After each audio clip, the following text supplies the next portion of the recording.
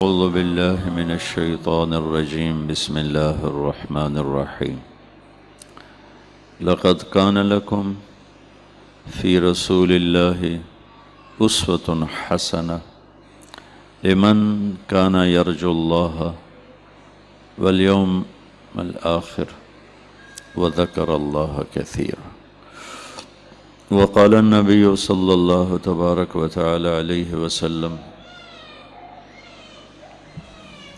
یا ابا سفیان جئتکم بکرامت الدنیا والآخرہ وقال النبی صلی اللہ تعالی علیہ وسلم ترکتکم علی محجۃ بیضاء لیلها کنہارها لا یزیغ عنها الا ہالک او کما قال صلی اللہ تعالی علیہ وسلم۔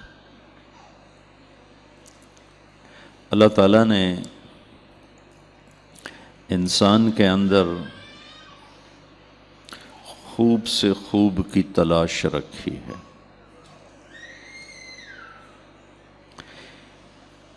ہر چیز کو بہتر بنانا، خوبصورت بنانا، اس میں آگے سے آگے بڑھنا، یہ انسانی ایک فطرت ہے۔ اب جانوروں کی، پرندوں کی زندگی دیکھیں، جیسے آج سے 1000 سال پہلے کوا گھونسلہ بناتا تھا، آج بھی وہ ویسا ہی بناتا ہے۔ جیسے گائے اپنے گوبر پر بیٹھ جاتی ہے، ویسے ہی وہ آج بھی بیٹھتی ہے۔ جیسے سانپ ایک سوراخ بناتا ہے، بل بناتا ہے، اس میں بیٹھتا ہے، وہ آج بھی ویسا ہی بیٹھتا ہے۔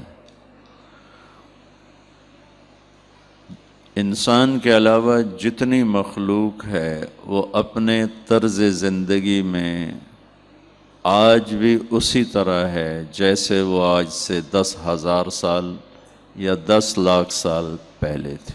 اس میں کوئی تبدیلی نہیں آئی۔ صرف انسان ایک ایسی مخلوق ہے جس کے اندر خوب کی تلاش ہے، بہتر، اس سے بہتر، اس سے بہتر، اور ہر چیز کو خوبصورت بناتا ہے، اور خوبصورتی اس کی کمزوری ہے۔ انسان حسن پرست ہے، اس کو خوبصورت چیز کھینچتی ہے۔ آپ چھوٹے بچے کو بھی مسکرا کے دیکھیں تو اس کا چہرہ کھل جاتا کہ آپ نے کو اس خوبصورت انداز دیا، اور اسی کو آپ آنکھیں دکھائیں اور چہرے پہ غصے کے آثار پیدا کریں تو وہ رونے لگ جاتا ہے، حالانکہ اس کو کچھ پتہ نہیں ہے۔ اتنی چھوٹی عمر سے یہ نیچر بیدار ہو جاتی ہے کہ خوبصورتی کی طرف ہاتھ بڑھتا ہے۔ جب وہ فرعون نے، موسیٰ علیہ السلام آئے نا تابوت میں، تو فرعون نے کہا انہو قاتلی، یہی ہے مجھے قتل کرنے والا۔ تو آسیہ نے کہا قرۃ عین لی ولک، ایک تو چھوڑ دے، اتنے تم نے مار دیے، ایک تو چھوڑ دے، تیری میری آنکھوں کی ٹھنڈک بنے گا۔ تو اس کے کہنے پہ چھوڑ دیا۔ تو ایک دن اس موسیٰ علیہ السلام کو گود میں لیا ہوا تھا تو ان کا ہاتھ داڑھی پہ پڑ گیا۔ فرعون زور لا بیٹھا، داڑھی نہ چھڑا سکے۔ اسے کہا اے ہی میرے مارن والے، انہوں ہنے مارو۔ اس نے، آسیہ نے پھر منت کی، نہیں بچہ ہے۔ ان کا میں اس کا امتحان لیتا ہوں۔ تو ان کے سامنے سرخ یاقوت رکھا اور سرخ انگارے رکھے کہ اگر تو اس نے یاقوت پہ ہاتھ ڈالا تو یہ وہی ہے جو مجھے مارے گا، انگاروں پہ ہاتھ ڈالا تو چلو پھر بچہ ہی ہے۔ تو موسیٰ علیہ السلام کے سامنے جب دونوں آئے نا تو انہوں نے یاقوت کی طرف ہاتھ بڑھایا، جبریل نے آ کے یوں کر دیا اور انگاروں پہ ہاتھ ڈال دیا۔ تو انہوں نے ایک انگارہ منہ میں ڈالا تو زبان توتلی ہو گئی۔ وَلَا يَنْطَلِقُ لِسَانِي، میری زبان میں لکنت ہے۔ یہ انسان کے اندر ایک خوبی ہے، یہ ہر چیز میں خوبصورتی چاہتا ہے۔ اچھا، اس کے پاس یہ علم تو ہے کہ گھر کیسے خوبصورت بنانا ہے، یہ ہال کیسے خوبصورت بنانا ہے، یہ کپڑے کیسے بنانے ہیں، یہ چشمہ کیسے بنانا ہے، گھڑی، کروڑوں روپے کی گھڑیاں وجود میں آ گئی ہیں، گاڑی کیسے خوبصورت بنانی ہے، کارپٹ کیسے خوبصورت بنانا ہے، زندگی سے ریلیٹڈ، حتیٰ کہ یہ جو کھانے پر سلاد رکھتے ہیں اس کو کیسے ڈیزائن کرنا ہے، اس پر بھی پی ایچ ڈی ہو رہی ہے اور اس کے بھی ماہر ہیں، اور کمرے میں رنگ کیسا ہونا چاہیے اس کے بھی ماہر ہیں کہ یہ ٹائل یہاں لگاؤ، یہ رنگ یہاں لگاؤ۔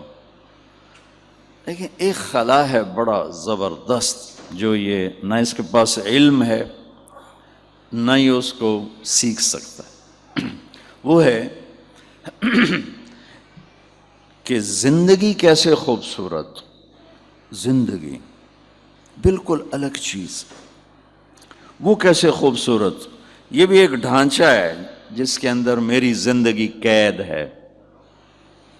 ہم اپنے اپنے قید خانے میں ہیں، ہمیں دیکھنے میں موت خوفناک نظر آتی ہے، ہر مرد عورت کو نظر آتی ہے، لیکن اگر اللہ راضی ہے نا تو اللہ کی قسم موت چھٹی ہے۔ ہفتہ اتوار بچوں کو چھٹی ہوتی ہے، کیسے رات کو مزہ لے رہے ہوتے ہیں، کل چھٹی ہے، کل چھٹی ہے۔ اور میں جب اسکول پڑھتا تھا یہاں سینٹرل ماڈل اسکول میں، تو پڑھائی کا شوق تو تھا نہیں، باپ کا ڈنڈا تھا، بھائی تینوں ڈاکٹر بناونا ہے تے پڑھ۔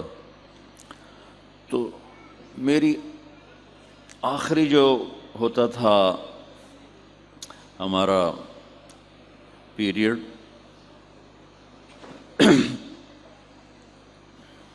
وہ بریک کے بعد 2 ہوتے تھے، بریک میں ہم ہاسٹل والے لڑکے کھانا کھاتے تھے، کھانا کھا کے آتے، پہلی شوق کو نہیں، روٹی کھا کے اور بوری بن گئے تو پہ اونگ دے، تو میرے کان لگے ہوتے تھے کہ وہ آخری بیل کب بجے گی، اور ہمارا وہ تھا اس وقت پی این منشی خاں، اس کا نام تھا منشی خاں، لمبا قد پٹھان تھا، تو ٹیچر کیا کہہ رہا ہے میں نے کچھ پتہ نہیں، کیا وہ سمجھا رہا ہے، کیا وہ بتا رہا ہے، میرے کان ادھر لگے ہوتے تھے کہ وہ ٹن کیس لے ہونی، جو ہی وہ ٹن کی آواز آتی تو میں سب سے پیچھے بیٹھتا تھا تاکہ استاد کی نظروں میں نہ رہوں، تو میں وہاں سے نعرہ لگاتا چھٹی، اور ایک جمپ لگاتا تھا۔ چھٹی کا تصور کتنا اچھا ہے،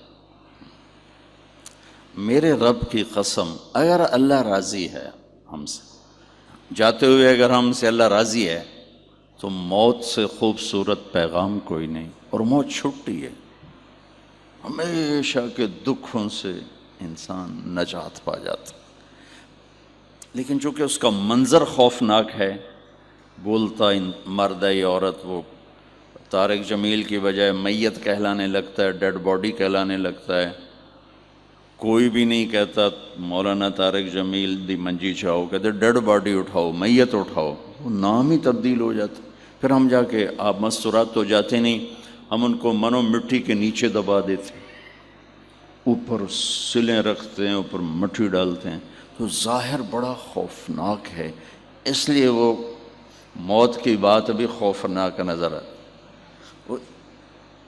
عید کا موقع تھا اور میں اپنے گاؤں میں عید پڑھا رہا تھا، تو ایسے ہی کوئی موت کا تذکرہ شروع ہو گیا، تھوڑا میں نے وہ لمبائی کر دیا، تو میرے چاچا تھے رب نواز، میاں رب نواز مرحوم، وہ تھوڑی دیر تو سنتے رہے، پھر وہ نہ رہ سکے، اور طارق میاں عید دا دیں کوئی چنگی گل کر تو موت نو لائے تے بہ گیا، تو یہ ہمارے ذہن کی عکاسی ہے، وہ کوئی چنگی گل کر تو موت نو لائے تے بہ گیا، کہ وہ موت ایک خوفناک چیز نظر آتی۔ اگر اللہ راضی ہے تو اس سے خوبصورت کائنات میں کوئی چیز نہیں۔ اگر اللہ ناراض ہے اس سے خوفناک کوئی چیز نہیں، ہلاک ہو گیا۔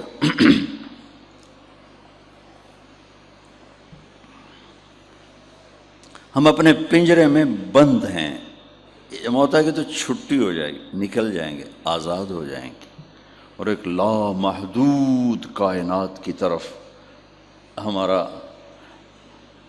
ہمارا انتقال ہوتا ہے نا، ایک چیز کا ایک جگہ سے اٹھ کر دوسری طرف چلے جانا، انتقال فرما گئے، انتقال فرما گئیں، یہاں سے وہاں چلی گئیں۔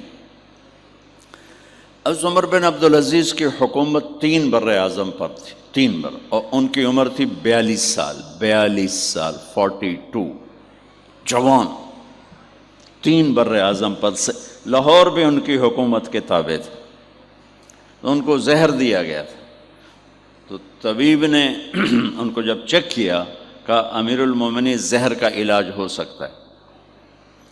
فرمانے لگے اگر تم کہو نا یہ یہاں ہاتھ لگاؤں گا تو ٹھیک ہو جاؤں گا، تو یہ بھی نہیں کروں گا، میں تمہاری دنیا سے تنگ ہوں، میں اپنے اللہ کی ملاقات چاہتا ہوں۔ اور اس سے 1 ہفتہ پہلے رجا بن حیوہ کو بلا کے فرمایا تمہیں قسم دیتا ہوں ایک دعا کر میرے لیے، کہنے کہ پہلے دعا بتاؤ پھر قسم اٹھاؤں گا، کہ نہیں پہلے قسم۔ جب میں نے قسم اٹھائی، کہنے لگے میرے لیے دعا کر، اللہ مجھے اپنے پاس بلا لے۔ کہا یہ دعا میں کبھی نہیں کر سکتا، ساری امت کا نقصان ہے، تیری موت۔ کہا دیکھ تو نے قسم اٹھائی، دعا کر۔ انہوں نے دعا کی، دعا کر رہے تھے تو بچہ آ گیا، ایک بچہ، 12 تھے بچے بچیاں، تو ایک بچہ آ گیا، کہنے لگے اے میں نے بڑا پیارا ہے، دعا کرے بھی میرے نال ہی جاوے۔ تو اگلے ہفتے دونوں باپ بیٹا ایک ہی وقت میں اٹھ کے جا کے زیر زمین سو گئے۔ اب وہ زندگی جو اس پنجرے میں بند ہے، یہ کیسے خوبصورت ہو؟ چونکہ کپڑے کے حسن سے زندگی میں حسن نہیں آتا، ڈرائنگ روم کی خوبصورتی سے زندگی میں خوبصورتی نہیں آتی، بیڈ روم کے عالی شان ہونے سے، 10-12 کروڑ کا نیکلس پہننے سے، 50 کروڑ کی انگوٹھی پہننے سے زندگی خوبصورت نہیں ہوتی، 50 کروڑ کی گاڑی میں بیٹھنے سے زندگی خوبصورت نہیں ہوتی۔ زندگی ایک اور چیز ہے، اور اس سے متعلق چیزیں وہ اور جہان ہے، وہ اور جہان۔ تو اس کا اللہ نے ہمیں پتہ جس اللہ نے زندگی دی، اسی اللہ نے ہمیں اس کا پتہ بتایا، لَقَدْ كَانَ لَكُمْ فِي رَسُولِ اللَّهِ أُسْوَةٌ حَسَنَةٌ۔ اگر تم زندگی کو خوبصورت بنانا چاہتے ہو تو اس کا ایک راستہ ہے، اور وہ ایک ہی جگہ سودا ملتا ہے پورے لاہور میں، اور کسی کے پاس پورے 6 بر-اعظم میں، 7 بر-اعظم میں، اور کسی کے پاس زندگی کی خوبصورتی کا راز نہیں ہے، وہ صرف میرے محبوب کے پاس ہے۔ وہاں آؤ، تمہاری زندگی بھی خوبصورت ہو جائے گی۔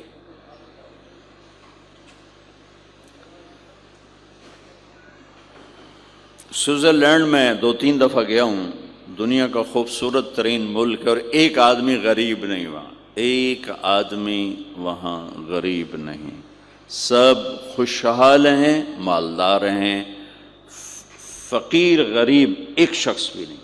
اس طرح انہوں نے اس کو سیٹ کیا، اور اس ملک میں خودکشی کرنا قانوناً جائز، کہ آپ درخواست دیتے ہیں میں مرنا چاہتا ہوں، وہ آپ کی درخواست پہ آپ کو زہر کا ٹیکہ لگا کے موت کی نیند سلا دیتے ہیں۔ ملک خوبصورت، لوگ خوبصورت، وادیاں خوبصورت، گھر خوبصورت، سواریاں خوبصورت، شہر چمکتے اجلے۔ میں لیٹ آ گیا، معافی چاہتا ہوں کہ سڑکاں کوئی نہ ہیں، دریا بنے ہوئے ہیں، تو بیڑی دی لوڑ آئی، اسی گڈی تے موٹر تے چڑھ بیٹھے، تو ہمارے تو شہروں کا حال کوئی نہیں ہے، تو پھر وہ وہاں مرنے کی اجازت کیوں ہے؟ میں تو اگر مرنا چاہتے ہو آ جاؤ، ہم تمہیں زہر کا ٹیکہ لگا دیں۔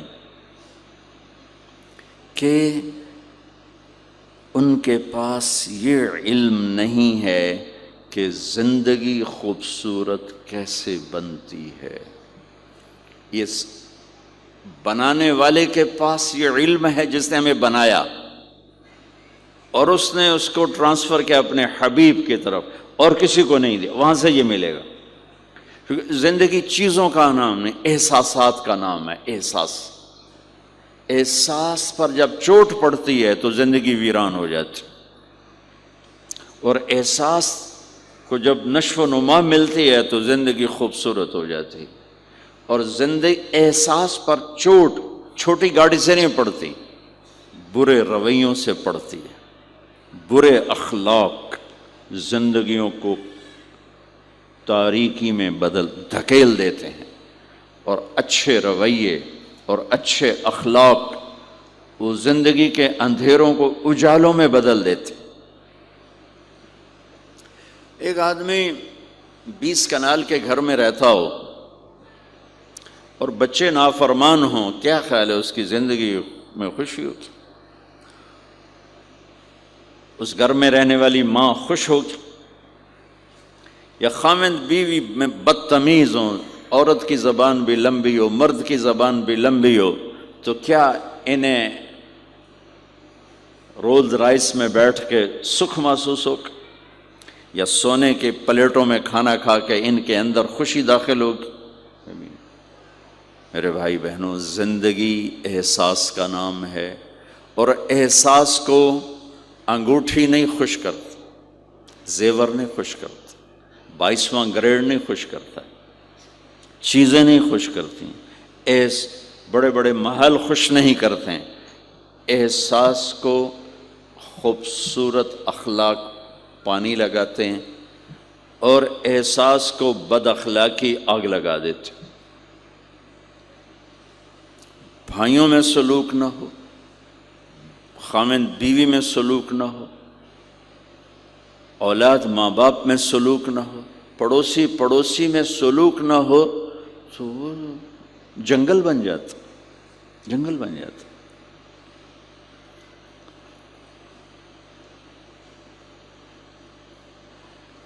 اور صرف میرے نبی پاک صلی اللہ علیہ وسلم وہ ہستی ہیں جنہوں نے زندگی کو زیور پہنایا، جنہوں نے زندگی گزارنے کا طریقہ بتایا، جس طریقے کو اپنا کر یہ مستورات، آپ، ہم، یہ ہمارے بچے ایک عالی شان حسین خوبصورت زندگی گزار سکتے۔ تو ہمارے ذہن میں تھا کہ ہمارے بچے اللہ کرے اپنے نبی کو پہچان لیں، اور ہم بڑے بھی پہچان لیں کہ یہ خیرات وہاں سے ملتی ہے، جو سونے چاندی کے ڈھیر میں نہیں ملتی، بادشاہوں کے در سے نہیں ملتی، یہ خیرات وہاں سے ملتی ہے۔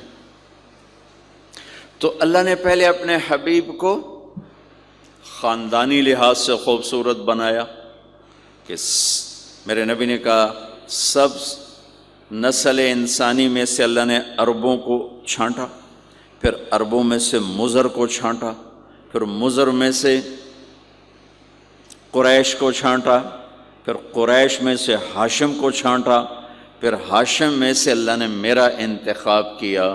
میں اس دنیا میں سب سے عالی خاندان والا ہوں، مجھ سے بڑا خاندان کسی کا نہیں، مجھ سے بڑا کسی کا نسب نہیں ہے۔ اور آپ نے فرمایا کل سبب و نسب منقطع یوم القیامہ الا سببی و نسبی وسأبلھا ببلالھا، قیامت کے دن ہر رشتہ ٹوٹ جائے گا، لیکن میری اولاد کے ساتھ رشتہ نہیں ٹوٹے گا، میں اسے پانی لگاؤں گا، میں اسے پانی لگاؤں گا۔ تو پہلا حسن دیا خاندان کا، ساری کائنات میں سے چھانٹ کے الگ کر کے اللہ تعالیٰ نے ان کو چاروں طرف سے ریت اور پہاڑ کھڑے کر دیے کہ کوئی غیر قوم اندر نہ جا سکے، اور ان کی فطری صلاحیتیں اور ان کی فطری صفات وہ ابھرتی رہیں۔ تو خاندان کے لحاظ سے سب سے بلند و بالا، اور کسی کا خاندانی نسب آدم علیہ السلام تک نہیں جاتا، یہ واحد ہستی ہمارے نبی جن کا نسب آدم علیہ السلام تک جاتا۔ ایک دفعہ میرے بھائی نے ہمارا وہ جو نہیں ہوتے جائیداد کے زمینوں کے کاغذات، تو ملتان کی کونسل سے انگریزوں تک کے دور سے نا اپنی پیڑھی نکالی، نسب نامہ نکالا، تو کچھ 16 نام نکلے، 16۔ ممکن ہے اس سے اوپر ہندو ہوں، تو 16 نام اسلامی تھے۔ تو وہ اس نے نا فریم کروا کے گھر میں لگوا دی۔ میں ان کو یاد کرنے کی صرف 16 ان کو میں یاد کرنے کی میرا حافظ اللہ کا شکر اچھا ہے، تو میں نے ان کو یاد کرنے کی کوشش کی۔ آپ یقین مانے مجھے ابھی تک یاد نہیں ہو رہا، اتے ہیٹھا ہو جان دن یاد نہیں رہے۔ میرے نبی کے 80 واسطے ہیں، ہم نے 16 واسطے تلاش کیے، یاد نہیں ہو سکے۔ میرے نبی کے 80 واسطے ہیں، اور وہ میرے سینے میں اللہ نے ڈال دیے، محفوظ کر دیے، کہ اللہ کا ایک نظام چل رہا ہے کہ میں نے اپنے نبی کی ہر چیز کو محفوظ رکھنا ہے۔ آدمی کو اپنے خاندان عزیز ہوتا ہے، رشتہ عزیز ہوتا ہے، اور اگر پیو دادوں کے پیچھے کوئی تاریخ ہو تو اور زیادہ آدمی فخر کرتا ہے، لیکن میں نہیں ان کو محفوظ کر سکا۔ لیکن چونکہ پیچھے یہاں میرے اللہ کا نظام چل رہا ہے، تو اللہ نے اس کو میرے سینے میں بند کر دیا۔ میں نے پوری دنیا میں اللہ کے نبی کا نسب پھیلا دیا۔ محمد بن عبداللہ بن عبد المطلب بن ہاشم بن عبد مناف بن قصی بن کلاب بن مرہ بن کعب بن لوی بن غالب بن فہر بن مالک بن نضر بن کنانہ بن خزیمہ بن مدرکہ بن الیاس بن مدر بن نزار بن معد بن عدنان بن اود بن حمیسہ بن سلامان بن عوس بن بوز بن قموال بن ابی بن عوام بن ناشد بن حزا بن بلداس بن یدلاف بن طابخ بن جاحم بن ناحش بن ماخی بن عیفی بن عبقر بن عبید بن الدعاء بن حمدان بن سنبر بن یثربی بن یحزن بن یلحن بن ارعوى بن عیذی بن زیشان بن عیسر بن اقناد بن ایہام بن مقصر بن ناحذ بن زارہ بن سمی بن مزی بن عوض بن عرام بن قیدار بن اسماعیل بن ابراہیم بن عاذر بن ناحور بن سروج بن رعوب بن فائج بن عابر بن ارفخشاد بن سام بن نوح بن لامک بن متوشالہ بن ادریس بن یرد بن ملہ الایل بن قینان بن آنوش بن شیس و بن آدم علیہ السلام۔ میں جب بھی جاتا ہوں نا حج پر، عمرے پر، تو میں سلام یوں پیش کرتا ہوں کہ آپ کے پوری پیڑھی کو پیش کر کے سلام پیش کرتا ہوں۔ الصلاۃ والسلام علیک یا رسول اللہ، ختم، یا حبیب اللہ، یا نبی اللہ، اتنا ہی ہر کوئی پڑھتا ہے۔ تو مجھے امید ہے کہ شاید اللہ تعالیٰ نے یہ دولت مجھے دی کہ میں پہلا بندہ ہوں، دعویٰ تو نہیں کرتا ہوں، ہو سکتا ہے پہلے بھی لوگ ہوں، تو جس نے اللہ کے نبی کے دربار پہ کھڑے ہو کر یوں عرض کیا۔ اس کے پیچھے بیک گراؤنڈ ہے، جو پنجاب کے دیہاتوں سے تعلق رکھتے ہیں ان کو پتہ ہے کہ زمینداروں کے مراسی ہوتے ہیں، جو ان کے پیو دادے پردادوں کے نام یاد کرتے ہیں، پھر ان کی واللہ جھوٹی تعریفیں کرتے ہیں، جھوٹ، بالکل جھوٹ۔ پہلا ہی جھوٹ سرداریاں قائم، پہلا جھوٹ، کبھی کسی کی سرداری قائم ہے بھائی؟ ڈیرے آباد، کبھی کسی کے ڈیرے آباد رہے؟ ڈیرے آباد سرداریاں قائم، لیکن اسی پر ہی ہم خوش ہو جاتے، حالانکہ ہمیں پتہ ہے نہ سرداری قائم رہتی ہے نہ ڈیرے آباد رہتے ہیں، لیکن وہ اچھا لگتا۔ پھر وہ جھوٹی سچی تعریفیں کرتے ہیں، نام یاد کیے ہوتے ہیں۔ یہ ایک کلچر ہے ہمارے۔ اب تو خیر زمیندار شہروں میں شفٹ ہو گئے اور خرچے بڑھ گئے، بخل بڑھ گیا، ضرورتیں بڑھ گئیں، سخاوت ہمارے مک گئی، مٹ گئی۔ تو وہ ایک کلچر تھا، اس سے متاثر ہو کر میں نے جب یاد کیا تو میں روضہ اقدس پر پہلی دفعہ جب سن 2000 کے بعد جو 2000 میں نے یاد کیا تھا، امریکہ کا سفر تھا، میں نے اس سفر میں یہ یاد کیا تھا۔ ہمارا کوئی 2-2.5 مہینے کا سفر تھا. تو جب اس کے بعد میں آیا تو میں نے کھڑے ہو کر یہ عرض کی یا رسول اللہ، ہم لوگ نکمے، کمزور، ناقص، ہمارے مراسی ہماری جھوٹی تعریفیں کرتے، ہم خوش ہو جاتے. اللہ کے بعد آپ سے بڑا کوئی نہیں، آپ کے گھر سے بڑا گھر کوئی نہیں. میں آج آپ کا مراسی بن کر آپ کو سلام پیش کرنے آیا ہوں اور آپ کے گھر کو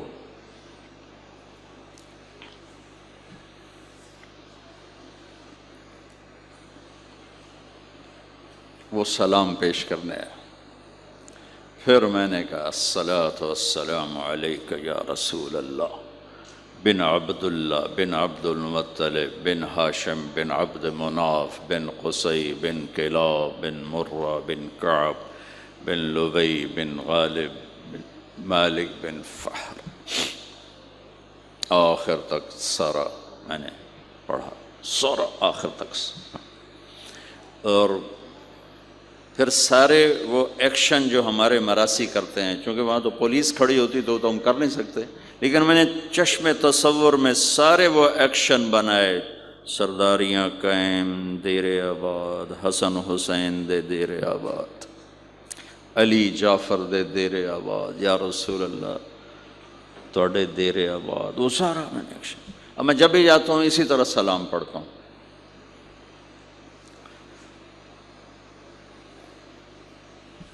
اللہ نے میرے نبی کو خاندانی طور پر وہاں پہنچا جہاں کو نہیں جا سکتا. پھر آپ کی ذات کو اتنا حسن بخشا. ایک آدمی بات حسن کی کرے، آپ کالا کلوٹا بیٹھا ہوئے تو گل جڑ دی کوئی. تو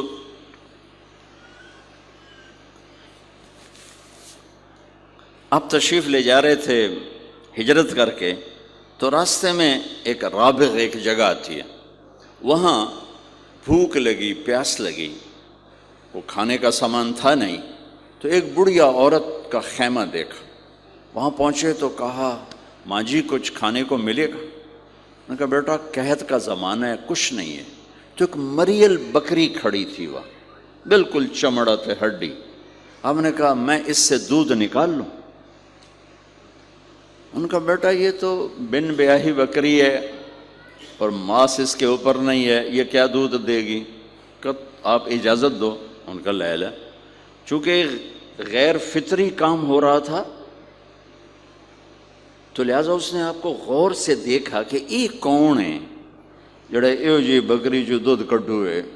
لہٰذا آپ کیسے دیکھنے لگی. آپ نے بکری کو کھینچا اور اس کے تھنوں کو ہاتھ لگایا، وہ نیچے لٹک گئے اور ایک پورا ڈول دودھ سے بھر دیا. بکری سے یہ گلاس بھی نہیں بھرتا بکری کے دودھ سے، لیکن وہ پورا ڈول بھر دیا. اپنے تینوں ساتھیوں کو پلایا، پھر خود پیا. پھر دوبارہ دودھ نکال کے پورا ڈول بھر کے اس اماں کو دیا، چلے گئے. بکری کی عمر 7 سال ہوتی ہے، 7 سال تک زندہ رہتی ہے، ذبح نہ کریں مر جاتی. یہ بکری 22 برس زندہ رہی، اللہ کے نبی کے ہاتھ لگنے کی برکت سے 22 برس اس بکری نے عمر پائی. جب شام کو اس کا خامد آیا، وہ کہنے لگا اے دودھ کتھوں ہے؟ وہ کہنے لگی ایس بکری چو وزا گیا کملی ہو گئی، اتھو دودھ کتھوں آ گیا؟ وزا گیا اسے چو آیا ہے. وزا گیا اپنی عقل دا علاج کرو، یہ کتھوں آ گیا؟ کہا نہیں، ایک کوئی جادوئی شخصیت والا نوجوان آیا تھا، اس کے ہاتھوں میں کوئی طاقت تھی، اس نے تھنوں کو ہاتھ لگایا اور چشمہ بنا دیا. اچھا کیسا تھا ذرا بتاؤ؟ سفیلی، ذرا دسے نہ کیوں جائے. اب اس نے بتایا کہ میں نے کیا دیکھا، اور وہ کمال کیا اس بڑھیا نے کہ آج تک بڑے بڑے علماء ان الفاظ کا ترجمہ کرتے ہوئے تھک رہے ہیں. وہ کہنے لگی ابا معبد رأیت رجلا ظاہر الوضاء ابلج الوجه حسن الخلق لم تعبه ثجلا لم تزر به سعلا ازج اقرا وسيم قصيم فی عینیہ تعج، فی صوتہ صحل، فی لحیتہ کفاف، فی عنقہ سطع، ان تکلم علاہ البہاء وان سکت علاہ الوقار، وہو اندر الثلاثہ۔ مجھے بھی ہمیشہ اس کے ترجمے میں تھکنا ہی پڑتا ہے، لیکن مجھے اس کی بڑی ایک تعبیر اللہ نے سجائی۔ کہنے لگے، میں اس کا ترجمہ یوں کرتا ہوں، کہنے لگے ابو معبد میں تمہیں کیا بتاؤں، میں نے ایسا انسان دیکھا مجھے لگا جیسے 14ویں کا چاندی کپڑے پہن کے زمین پہ آ گیا، کہ مجھے یوں لگا جیسے 14ویں کا چاندی زمین پہ کپڑے پہن کے اتر آیا۔ کیا حسن تھا، کیا جمال تھا، کیا خوبصورت بھویں تھیں، کیسا ماتھا چوڑا تھا، آنکھیں کیسی حسین تھیں، ادعج اشکل احور اہدب اکہل انجل ابرج۔ میرے نبی کی آنکھوں کے بارے میں 7 الفاظ آتے ہیں، 7 جو میں نے ابھی دہرائے، اور ان 7 کا ایک ترجمہ ہے کہ کائنات میں ایسی آنکھ اللہ نے کسی کو نہیں عطا فرمائی، ایسی خوبصورت آنکھیں اللہ نے عطا فرمائی آپ کو۔ کہ آواز میں جادو تھا، آواز میں جادو تھا، آواز دل کو پکڑتی تھی، گردن لمبی خوبصورت تھی، چہرہ 14ویں کے چاند کی طرح چمکتا تھا، اور براق الثنایا، دانت ایسے خوبصورت تھے، مسکراتے تھے تو دانتوں سے نور نکلتا دکھائی دیتا تھا، جب بولتے تھے تو نور چھا جاتا تھا، چپ ہوتے تھے وقار چھا جاتا تھا، خوبصورت سیاہ کالے بال تھے، نیم گھنگریالے بال تھے، پیٹ نہیں نکلا ہوا تھا، بال نہیں اڑے ہوئے تھے، سیدھا وجود تھا، سیدھا۔ کتنے ہمارے معاشرے کے لوگ ہیں، آپ سجے پاسے بیٹھے ہوں جن پیٹ کھبے پاسے گئے ہوں، پیٹ کھبے پاسے ہوں آپ سجے پاسے ہوں۔ تو اللہ نے کھانا حلال حرام بند کیا ہے، حلال کھاؤ، حلال کا بھی طریقہ سکھایا کہ ماج بنتے نہ کھاؤ، بندہ بنتے کھاؤ، اتنا نہ کھاؤ کہ چربیاں چڑھ جائیں، زیادہ کھانا انسانیت نہیں، کم کھانا انسانیت۔ بیچ میں بات آگے کہہ رہا ہوں، میرے نبی نے کہا سب سے بدترین برتن جسے انسان بھرتا ہے اس کا پیٹ ہے، سب سے بدترین برتن جسے انسان بھرتا ہے اس کا پیٹ ہے۔ اور اگر تم نے کھانا ہی ہے اور تم کہتے ہو نہیں میں نے کھانا ہی ہے، تو 3 حصے کرو، ایک غذا کے لیے، ایک پانی کے لیے، اور ایک ہوا کے لیے۔ ایک حصہ چھوڑو، ساری زندگی بیماری نہیں آئے گی۔ لیکن یہاں تک کھانے کے بعد پھر ڈاکٹروں کی چاندی نہیں ہوگی تو اور کیا ہوگا؟ جب تک یہ بیکریاں ہیں، یہ کولڈ ڈرنکس ہیں اور یہ فاسٹ فوڈز ہیں، صحت مند کوئی نہیں ہوگا۔ بھوکے رہنے میں اللہ نے صحت رکھی، کھا کھا کے تباہی پھیر دیتے۔ میٹھا کھانے سے شوگر نہیں ہو رہی، زیادہ کھانے سے شوگر ہو رہی، دبا کے کھانے سے شوگر ہو رہی۔ اللہ میرے نبی نے کھانے کا طریقہ بھی بتایا، کھانے کی چیزیں بھی بتائیں، کھانے کا طریقہ بھی بتایا، کھانے کے آداب بھی بتائے۔ کہنے لگی 2 لفظ جو دنیا میں کسی انسان کے لیے استعمال نہیں ہوئے، میں نے آخر میں چھوڑ دے۔ کہنے لگی ابو معبد میں جب اس کو دیکھتی تھی نا تو میرے دیکھنے کی طلب اور بڑھ جاتی تھی، پھر جب دیکھتی تھی طلب اور بڑھ جاتی تھی۔ وہ جب تک کھڑے رہے میری آنکھ نہیں بھری۔ وسیم وسیم وسیم۔ ابو معبد میں جدھر سے دیکھتی تھی حسن ان کا غلام تھا، ہاتھ جوڑ کے کھڑا تھا۔ قسیم قسیم، قسیم اسے کہتے ہیں جس کو چاروں طرف سے حسن و جمال نے گھیرا ہوا ہو، اور وسیم اسے کہتے ہیں جس کو دیکھ کے نہ دل بھرے نہ آنکھ بھرے۔ دنیا کا ہر حسن تھوڑی دیر دیکھنے کے بعد خوبصورتی ختم، کشش ختم۔ ایک ہستی کائنات میں آئی ہے میرے اور آپ کا نبی، جن کو جتنا دیکھا جاتا تھا دیکھنے کا شوق بڑھتا تھا۔ ام عائشہ بیٹھی کپڑا سی رہی تھی، سوئی گر گئی، تھوڑا سا اندھیرا، نظر نہیں آ رہی، ہمارے نبی کمرے میں انٹر ہوئے تو آپ کے چہرے کے نور سے سوئی چمکنے لگی تو آپ نے سوئی کو اٹھایا ہے۔ یہ میرے نبی کا ظاہر ہے جو اللہ نے اتنا خوبصورت کر کے بنایا۔ پھر یہیں ہمیں زندگی کی خوبصورتی بھی ملی کہ زندگی خوبصورت ہو۔ زندگی خوبصورت ہوتی ہے رویوں کے ساتھ۔ پہلا رشتہ خامند اور بیوی ہے، پھر اولاد ہے، پھر آگے رشتے بنتے ہیں، ماں باپ ہیں، یہ سارے رشتے یہ اس زندگی سے بنتے ہیں جو میرے نبی ہمیں سکھا کر گئے۔ آپ بطور، چونکہ آپ نے باپ تو دیکھا نہیں، ماں کو دیکھا ہے، اور ماں کے ساتھ زیادہ عرصہ نہیں رہے، صرف 6 سال رہے ہیں، تو ماں کے ساتھ کیا ہونا چاہیے؟ ماں کے ساتھ سلوک ہوگا تو ماں دعا دے گی نا۔ باپ کی خدمت کرو گے تو باپ دعا دے گا نا۔ آنکھوں میں آنکھیں ڈال کے بات کرو گے تو زندگی، باپ کو تو نیند نہیں آئے گی، ماں کو تو نیند نہیں آئے گی۔ ماں باپ میں سلوک و اولاد لڑ کے بیٹھی ہو تو ماں باپ کو تو نیند نہیں آئے گی۔ بیوی بدتمیزی سے بات کرے تو خامند کے نیند اڑ جائے گی، خامند بدتمیزی کرے تو بیوی کی نیند اڑ جائے گی۔ تو یہ کہاں سے زندگی ملے گی؟ میرے نبی کو پتہ چلے گا کہ زندگی کیسے گزاری ہے۔ تو آپ نے اپنی اس تمنا کا اظہار کیا، کاش میری ماں زندہ ہوت تو میں اس کی ایسی خدمت کرتا۔ میں عشاء کی نماز کے مصلی پہ کھڑا ہو کر ہاتھ باندھے سورۃ فاتحہ پڑھ رہا تھا، الحمدللہ رب العالمین۔ ادھر سے ایک میرے گھر سے آواز آتی، محمد، میری ماں مجھے پکارتی محمد، تو میں نماز توڑ کے کہتا لبیک یا اماں، ماں جی میں حاضر ہوں، ماں جی میں حاضر ہوں۔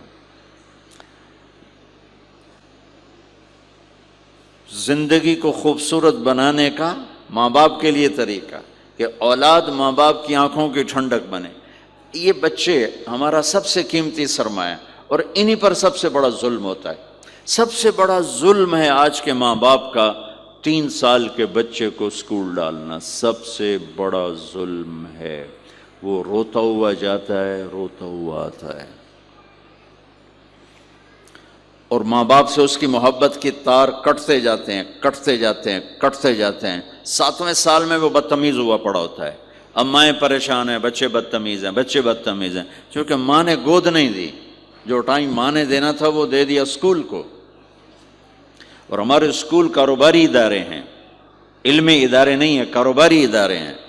میرے ملک کا یہ روگ ہے کہ یہاں کا وکیل بھی کاروباری ہے، یہاں کا ڈاکٹر بھی تاجر ہے، یہاں کا وکیل بھی تاجر ہے، یہاں کا جج بھی بک جاتا ہے، اور یہاں کا اسکول اور کالج بھی کاروبار ہے۔ 3 سال کا بچہ جب ماں باپ سے دور ہوتا ہے، روتا ہوا جاتا ہے، روتا ہوا آتا، تو وہ ماں باپ سے دور ہو جاتا ہے، اس کے اندر نفرت پیدا ہونی شروع ہو جاتی۔ سر اٹھا، جو ہی وہ سر نکالتا ہے تو وہ ماں باپ کا نافرمان ہو جاتا ہے، بدتمیزی کرتا ہے، لڑتا ہے، جھگڑتا ہے، کیونکہ ماں اور باپ نے ٹائم نہیں دیا۔ اور پھر اس موبائل نے ہماری زندگی، گھر کی زندگی تباہ کر دی ہے کہ بچہ آ کر ماں سے بات کرتا ہے، ماں موبائل کو دیکھ کے بچے سے بات کر رہی ہوتی ہے، وہ باپ سے بات کرتا ہے، وہ اپنے موبائل میں اور بچے سے بات کرتا ہے۔ یہ اس بچے کی عزت کو ذبح کر دینے والی بات۔ آنکھ سے آنکھ ملانا عزت دینا ہے۔ میرے نبی پاک صلی اللہ تعالی علیہ وسلم کی طرف جب جب کوئی آپ کو بلاتا نا یا رسول اللہ آپ سے، تو مثلا یہ ہماری مجلس ہے، ادھر بھی لوگ ہیں، ادھر بھی لوگ ہیں، اب مجھے کوئی ادھر سے بلائے تو میری تو اتنی گردن مڑے گی، کوئی ادھر سے بلائے میری اتنی گردن مڑے گی، لیکن میرے نبی پاک صلی اللہ علیہ وسلم کو ادھر سے جب کوئی آواز دیتا یا رسول اللہ، تو اب یوں نہیں کرتے تھے، ہاں جی دسو کی گل ہے، اب پورا یوں کرتے تھے ایسے۔ بولو میرے بھائی کیا بات، سبحان اللہ، اللہ اکبر۔ آپ کو ادھر سے کوئی بلاتا یا رسول اللہ، تب ایسے نہیں کرتے تھے، ہاں جی بولو، اب پورا ایسے مڑ کر پھر فرماتے، جی فرمائیے کیا بات۔ اب عام لوگوں کے ساتھ یہ فرماتے تھے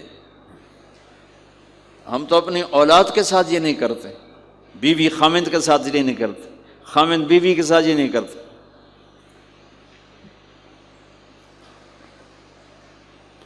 تو وہ ایک گیپ پیدا ہو جاتا ہے، ایک فاصلہ پیدا ہو جاتا ہے۔ تو میرے نبی نے بتایا کہ ماں باپ کے ساتھ کیا کرنا ہے، کہ میری ماں ہوتی تو میں نماز ہی توڑ دیتا اس کے لیے۔ حج کا سفر 70,000 کا مجمع تقریباً جمع ہو چکا ہے ابوا پہنچتے پہنچتے، اور آپ ایک دم اونٹنی کا رخ موڑو، پہاڑوں میں چلے گئے۔ میری زندگی سفروں میں گزری ہے، ان میں خوبصورت ترین سفر میرا وہ ہے جو میں نے حضرت اماں آمنہ کی قبر پہ حاضری دی، پہاڑوں کے اندر۔ آپ اندر تشریف لے گئے،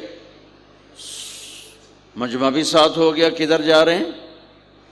اونٹنی کو بٹھایا، پہاڑ ہے کوئی 40-50 فٹ اونچا، اس کے اوپر قدرتی ایسے ایک پلین بنا ہوا ہے جیسے اللہ نے پہلے سے سنبھال کے رکھا ہوا تھا۔ اب تو انہوں نے قبر کا نشان مٹا دیا ہے۔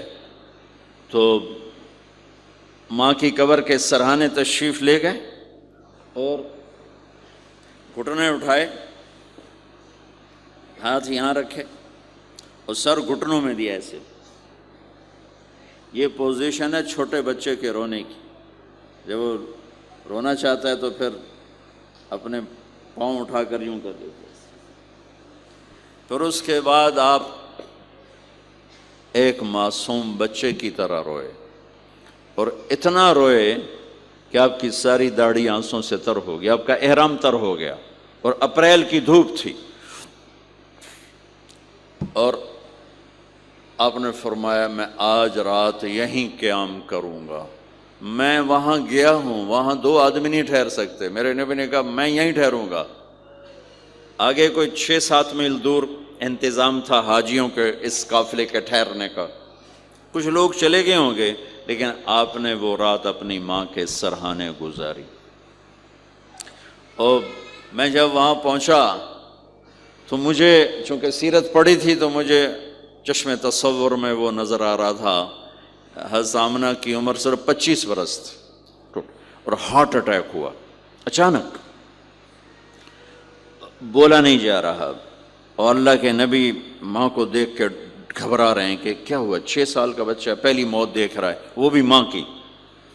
تو مجھے ہارٹ اٹیک ہوا تو بولا نہیں جاتا، بلا رہے ہیں بولا نہیں جا رہا، آواز نہیں نکل رہی، تو بلا رہے ہیں ام ایمن بھی ساتھ ہے، آواز نہیں نکل رہی، لیکن بجھنے سے پہلے شمع کے جو بھڑکتی ہے 2 لفظ بولے، کل حی میت و کل جدید بال وقد ولدت طہرا۔ میرے بچے، ہر جوانی ڈھلتی ہے اور ہر زندگی موت کا نوالا بنتی ہے، مجھے لگتا ہے میرا وقت آ گیا ہے، لیکن میں ایک ایسے بچے کو چھوڑ کے جا رہی ہوں جو ساری دنیا کو پاک کر دے گا، پاکیزہ چھوڑ کے جا رہے ہیں۔ تو پتھروں میں ہی دبایا، کوئی کھودنے کا تو انتظام ہی نہیں تھا۔ تو جب پہاڑ سے نیچے اترے تو اللہ کے نبی نے ایک دم ہاتھ چھڑایا، دوڑ لگائی، اور پھر پہاڑ پہ چڑھ گئے۔ تو ام ایمن آپ کی ماں ہے، دودھ پلا، 8 عورتوں نے میرے نبی کو دودھ پلا، ان میں ایک ام ایمن بھی۔ وہ جب پیچھے گئیں تو ایسا منظر تھا جس کو دیکھ کر شاید زمین بھی رو رہی ہوگی اور آسمان بھی اور ابوا کے پہاڑ بھی۔ آپ ماں کی قبر پر ایسے لپٹے ہوئے تھے، اپنے سینے کو پتھروں کے ساتھ، اور یوں دونوں ہاتھوں سے پتھر لیے ہوئے تھے۔ جب آپ ام ایمن قریب آئیں تو آپ سنا تو آپ فرما رہے تھے، ماں جی آپ کے سوا تو میرا کوئی نہ تھا، آپ بھی مجھے چھوڑ کے چلی گئیں، میرے لیے اب کس کی گود ہے؟ تو ام ایمن رضی اللہ عنہ نے اٹھانا چاہ کے، بیٹا اٹھو، تو آپ نے انکار کر دیا۔ تو ام نے کھینچ کے نیچے لائیں اور زبردستی لائیں اور اونٹنی پر بٹھایا، اور آگے 2 راتوں کا سفر تھا، وہ سب میرے نبی کے خاموش آنسوؤں سے آپ کا گریبان تر ہوتا گیا۔ اور آگے نہ کوئی خالہ ہے، نہ کوئی اور آسرا ہے، نہ باپ ہے، باپ اور ماں ہی بڑا سہارا ہوتے ہیں۔ دادا نے کفالت میں لیا 8 سال کی عمر میں، ان کا بھی اللہ نے ان کو بھی اپنے پاس بلا لیا۔ تو وہ سارا منظر میرے سامنے گھوم رہا تھا، اوپر سے سورج ڈوبنے والا تھا، تو وہ عجیب کیفیات تھے، وہ میں بیان نہیں کر سکتا ہوں کہ اللہ کی قسم اگر آپ اور میں زندگی کو خوبصورت بنانا چاہتے ہیں تو اپنے نبی کی زندگی کو سیکھنا ہوگا، ان بچوں کو سکھانا ہوگا۔ ہم نے کوئی کاروباری کام نہیں کیا کہ ہم اسے کوئی کاروبار کر رہے ہیں، کوئی پیسہ کما رہے ہیں، حاشا وکلا، حاشا وکلا۔ ہماری یہ نسل ان کے ساتھ کاروبار کر رہا ہوں کہ یہ پروان چڑھیں اپنے نبی کی محبت کے ساتھ، یہ پروان چڑھیں اپنے حبیب کے نقش قدم پر چلنے کے ساتھ۔ ان کے اندر اللہ اس کے نبی کی محبت ہر بچے بچی کے اندر اللہ نے اپنے اور اپنے حبیب کی چپ ڈال دی، اس کو نکالا نہیں جا سکتا۔ میں اس کو ایکٹیویٹ کرنا چاہتا ہوں کہ اللہ کرے ان کے جذبے اللہ کے نبی کے ساتھ جڑ جائیں، پھر ماننا آسان ہو جاتا، پھر اطاعت آسان ہو جاتی۔ جب محبت نہیں ہوتی تو اطاعت نہیں آتی۔ تو میرے بھائی بہنوں، زندگی کی خوبصورتی کا تعلق میرے نبی والے خوبصورت اخلاق کے ساتھ۔ پھر اپنے بیویوں کے ساتھ کیا سلوک کیا؟ 2 مہینے چولہا نہیں جلتا، 2 مہینے کھانے کو کچھ نہیں ملتا، اور ہر بیگم قربان ہے، فدا ہے۔ 2 مہینے جس عورت کے گھر میں چولہا نہ جلے وہ خامند کا کیا حشر کرے گی؟ اور میرے نبی کے گھر میں 2 مہینے چولہا نہیں جل رہا ہے، خود بھی بھوک برداشت کر رہے ہیں، بیگمات بھی بھوک برداشت کر رہے ہیں۔ ایک رات حضرت عائشہ کے ساتھ لیٹے ہوئے تھے ایک ہی چارپائی پر، تو آپ کبھی یوں کروڑ بدلتے، کبھی یوں کروڑ بدلتے، پھر ایک دم آگے بڑھے اور چارپائی کی لکڑی کے اوپر ایسے پیٹ کو ٹیک کر نیچے جھک گئے۔ تو عائشہ اٹھ کے بیٹھ گئے، یا رسول اللہ کیا ہوا؟ تو آپ سیدھے ہو کر فرمایا، عائشہ بھوک بڑی لگی۔ ہوئے ہوئے ہوئے، جس کے ہاتھ میں جنت کی چابی ہو، جو میرے نبی کا، میرے اللہ کا محبوب اور حبیب ہو، جس سے پردے ہٹا کر میرا رب کلام کر چکا ہو، جسے قاب قوسین او ادنیٰ کا مقام دے چکا ہو، اور جس سے آگے مقام محمود پر بٹھانے والا ہو، اور جس کی شفاعت سے جنت کا دروازہ کھلنے والا ہو، عائشہ بھوک بڑی لگی۔ تو عائشہ رونے لگی کہ یا رسول اللہ آپ اللہ سے بات کیوں نہیں کرتے ہیں؟ کہا نہیں عائشہ، اسی بھوک میں اللہ سے ملوں گا، مجھ سے پہلے جو نبی میرے ساتھی تھے وہ بھی اسی طرح چلے گئے، میں بھی ایسے ہی چلا جاؤں گا۔ اور اس کے باوجود بیویاں قربان ہو رہی ہیں، فدا ہو رہی ہیں۔ کس چیز نے باندھا ہوا تھا؟ میرے نبی کے سلوک نے، میرے نبی کے اخلاق نے۔ اللہ کی قسم، میرے نبی کی شادیاں شوق کی شادیاں نہیں تھیں۔ ایک حدیث سناتا ہوں، ما تزوجت وما زوجت الا بوحی من السماء نزل به جبریل۔ سن لو لوگو، میں نے جہاں شادی کی، میں نے جہاں بیٹی دی، پہلے آسمان سے وحی آئی، جبریل لے کر آئے، پھر میں نے شادی کی۔ تو یہ شوق کی شادیاں نہیں ہیں، زندگی سکھانے کی شادیاں ہیں، چونکہ سب سے مشکل رشتہ خامند اور بیوی ہے، سب سے مشکل رشتہ خامند اور بیوی ہے۔ اس وقت طلاقیں کیوں بڑھ رہی ہیں؟ ایک تو یہ ہماری یہ جو فاسٹ فوڈ ہے، اس نے ہمارے اندر جو ایک نیچرل سسٹم تھا اسے ڈسٹرب کر دیا ہے، تو غصہ بڑھ گیا ہے، برداشت گھٹ گئی ہے، چھوٹی چھوٹی باتوں پہ گھر اجڑ رہے ہیں، گھر اجڑ رہے ہیں۔ پہلے یورپ میں سنتے تھے، اب یہاں پاکستان آج شادی ہوتی، چوتھے دن طلاق ہو رہی ہوتی۔ میں وہاں بیان کے لیے نکل رہا تھا مانچسٹر، تو میرے ساتھ جو گاڑی چلا رہا تھا، میں نے پوچھا آپ کیا کرتے ہو؟ لاہور کا تھا۔ کہا جی میں وکیل ہوں۔ میں نے کہا یہاں کوئی جھوٹے کیس ہوتے ہیں جیسے پاکستان میں؟ کہا جی نہیں، یہاں جھوٹا کیس کوئی نہیں ہوتا، جو بھی ہوتا ہے جینون ہوتا ہے۔ میں نے کہا یہاں مسلمانوں کے لڑائی جھگڑے آتے ہیں؟ کہا جی ہاں جی آتے ہیں۔ میں نے کہا سب سے زیادہ کیا جھگڑے آتے ہیں؟ کہا جی سب سے زیادہ طلاق کے آتے ہیں، طلاق طلاق طلاق طلاق۔ کہ نہیں سیکھا، زندگی برداشت کا نام ہے، برداشت کرنا سیکھا نہیں۔ میرے نبی نے 11 شادیاں کی، ہر قسم کی عورت کے ساتھ شادی کی، خاندان کے اندر، برادری کے اندر، اور خاندان برادری سے باہر، یہی 3 نسبتیں ہیں۔ اپنے خاندان میں قریش، تو آپ کی کئی بیگمات قریش، حضرت عائشہ، حضرت حفصہ، حضرت زینب، حضرت ام حبیبہ، یہ سب قریش ہیں۔ قریش سے باہر حضرت میمونہ، حضرت جویریہ، یہ قریش سے باہر ہے، برادری۔ پھر برادری سے بھی باہر شادی کی، یہود، حضرت صفیہ یہودی کی بیٹی ہیں، ان کے ساتھ شادی کی۔ ہر نسل سے شادی کی، اوپر والے کا نظام ہے۔ اپنے سے مالدار حضرت خدیجہ، اپنے برابر ام سلمہ، ام حبیبہ، اپنے سے کم فخر میں جویریہ، صفیہ، اپنے سے غربت کے ساتھ، نہیں، عمر سے بڑی کے ساتھ شادی کی حضرت خدیجہ، ہم عمر کے ساتھ شادی کی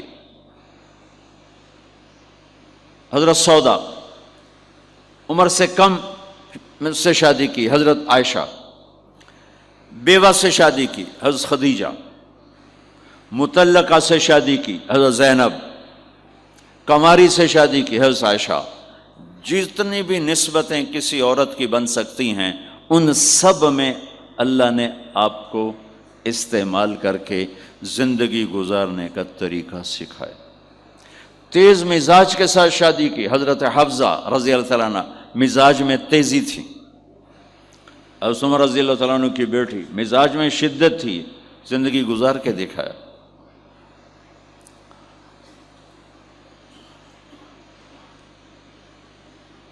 ایک آپ کو حدیث سناتا ہوں، اللہ کی قسم صرف ہمیں سکھانے کے لیے، جس ہستی نے اللہ کو آنکھوں سے دیکھ لیا ہو، اس کے لیے عورت کیا چیز ہے، دنیا کیا چیز ہے۔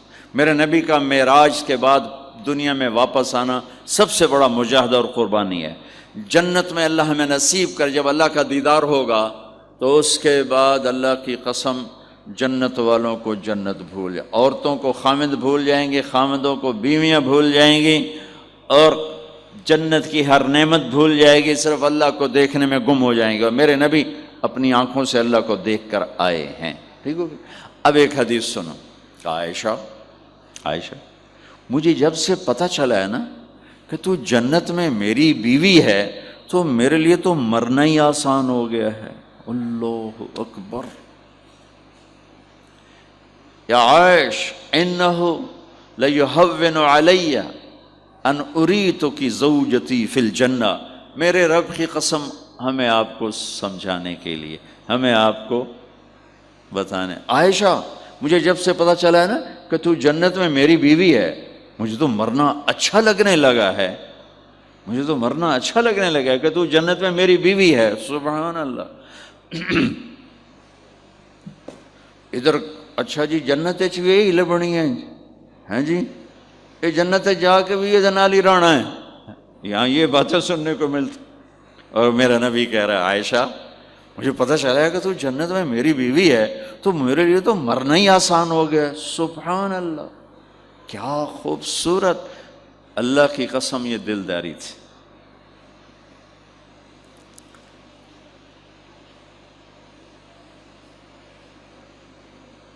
سب سے مشکل رشتہ خامند اور بیوی ہے، سینکڑوں آیات اس کے لیے اللہ نے اتاری، ماں باپ کے لیے چند آیات، اولاد کے لیے چند آیات، بہن بھائیوں کے لیے چند آیات ہے، خامند اور بیوی کے لیے قرآن پڑھا ہے، پوری سورت اتاری ہے اور سینکڑوں آیات اتاری، چونکہ ایک اس رشتے کی اہمیت، ایک اس کی نزاکت اور کمزوری کہ کوئی رشتہ ٹوٹتا نہیں سوائے خامد اور بیوی کے۔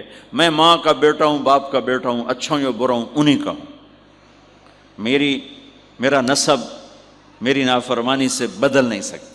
میں اللہ بخش کا بیٹا ہوں، میرا یہ نسب بدل نہیں سکتا، اچھا ہوں یا برا ہوں، اللہ ان کی قبر روشن کرے۔ خامد اور بیوی کا رشتہ ایک بول پہ ٹوٹ جاتا ہے، ایک بول پہ ٹوٹ جاتا ہے، اس لیے اس کو بچانے کے لیے آیات آیات آیات، اور میرے نبی کی شادیاں کہ کس طرح ایک گھر کو لے کے چلتے ہیں، کس طرح ہر مزاج کی عورت کے ساتھ سلوک کرتے ہیں۔ جہاد کا سفر، کاروباری سفر نہیں میرے نبی کا، اور چلنے لگے، اعلان ہوا کوچ کرو، سب نے سواریاں کس لیں، سامان کس لیا، یوں چلنے کا حکم ہو رہا ہے، اور حضرت عائشہ رضی اللہ عنہ نے اپنا یوں دیکھا، اونٹنی پہ بیٹھ گئی تھیں، ہار کوئی نہیں، یا رسول اللہ میرا تو ہار کوئی نہیں، میرا ہار گم ہو گیا ہے، میرا ہار تلاش کریں ہم پھر چلیں گے۔ تو میرے نبی کہتے تو وڈی آئی نواب زادی، میں جہاد تے پہ جانا تینوں ہار دی پائے گی، چل اگو لگ۔ میرے نبی نے کہا چلو بھائی عائشہ کا ہار تلاش کرو۔ اللہ کی قسم میں جب یہ واقعات پڑھتا ہوں یا سناتا ہوں میں خود حیرت میں ڈوبا ہوتا ہوں کہ کیا کر دیا میرے نبی نے، جہاد کا سفر، اور میرے نبی کا ہار تلاش کرو بھائی، اب سارے ہار تلاش کر رہے ہیں۔ اس دن چھپ گیا، ہار کی تلاش تو بند ہو گئی اور سفر بھی بند، چونکہ اندھیرے میں کہاں جائیں گے، اور آپ کے ماتھے پہ شکن، عائشہ تیری وجہ سے ساری مصیبتیں، اللہ دے بندی تو ہار دے مگر پہ گئی، کیڑی گل ہے ہار دی، ایک لفظ نہیں فرمایا۔ سارے قافلے نے قیام کیا، عشاء تک تو پانی تھا، وضو کا پانی ختم ہو گیا، عشاء مغرب عشاء پڑی اکٹھی تو پانی ختم ہو گیا۔ اب پانی ختم ہو گیا تو فجر کی نماز آ رہی ہے، پانی کوئی نہیں ہے، تو سارے صحابہ نے ابو بکر پہ چڑھائی کی، اے ویکھے تیری دھی دے مگر ساڑے نال کی بنی، ہن اسی نماز کی میں پڑھنی ہے، پانی تو ہے نہیں تے وضو کی میں کرنا ہے۔ اب ابو بکر کو غصہ چڑھا، اس ایک دم، وہ تو باپ تھے، وہ گھس گئے خیمے میں۔ آگے دیکھا تو اللہ کے نبی اماں عائشہ کی گود میں سر رکھ کے سوئے ہوئے تھے، اور اماں جی ایسے بیٹھی تھیں، آپ کو سارا دیکھ رہی ہوں، اب بولیں تو خطرہ ہے آنکھ کھل جائے گی، اور غصہ بھی چڑھا ہوا ہے، باپ بھی ہیں، تو اب مجھے دیکھو کیا کر رہے تھے۔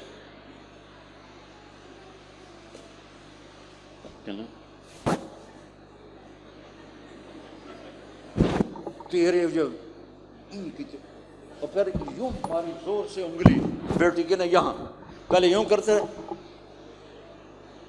پھر ایسے ماری زور سے، وہ کہنے کہ میں ایسے سخت ہو گئی تاکہ میں ایسے نہ ہوں کہ اگر میں تھوڑا حرکت کی تو اللہ کے نبی کی آنکھ کھل جائے گی، تو ماری گئے ٹھا ٹھا ٹھا، وہ منہ سے کہہ رہے، اور وہ ایسا کر کے بیٹھی چمک، غصے میں باہر چلے۔ اب آپ کی آنکھ کھلی فجر پر، تو عائشہ نے کہا یا رسول اللہ وہ تو باہر تو بڑا مسئلہ ہو گیا ہے، پانی کوئی نہیں ہے اور نماز کا وقت ہو گیا ہے، وضو کیسے کریں؟ سبحان اللہ، اللہ نے قانون بدل دیا، دنیا میں پہلی دفعہ ہونے لگا ہے، 1,24,000 نبی آئے، پانی نہ علی وضو ہو سکتا ہے، اس کے علاوہ نہیں ہو سکتا۔ میرے اللہ نے قرآن اتارا فَإِن لَّمْ تَجِدُوا مَاءً فَتَيَمَّمُوا صَعِيدًا طَيِّبًا فَامْسَحُوا بِوُجُوهِكُمْ وَأَيْدِيكُمْ مِنْهُ۔ اچھا میرے بندو پانی مک گیا ہے، چلو مٹی چاہتے منہ تے مارو تے دوئی چاہتے ہتھاں تے مارو تے تمہارا وضو ہو گیا، چلو تیمم کرو اور نماز پڑھو۔ اب وہ جو سارے ابو بکر پہ غصے ہو رہے تھے نا، اماں عائشہ کہنے لگے واہ ابو بکر بھائی تیرے تو فعل کی کم بن گیا، تیری دھی دے تو فعل کی کم بن گیا۔ تو اسید بن حزیر پہلے ذرا زیادہ گرم ہوئے تھے، تو وہی ابو بکر تیرے گھر کی یہ پہلی برکت نہیں ہے، پہلے بھی بہت شمار برکتیں تیرے گھر کی طفیل امت کو ملی ہیں۔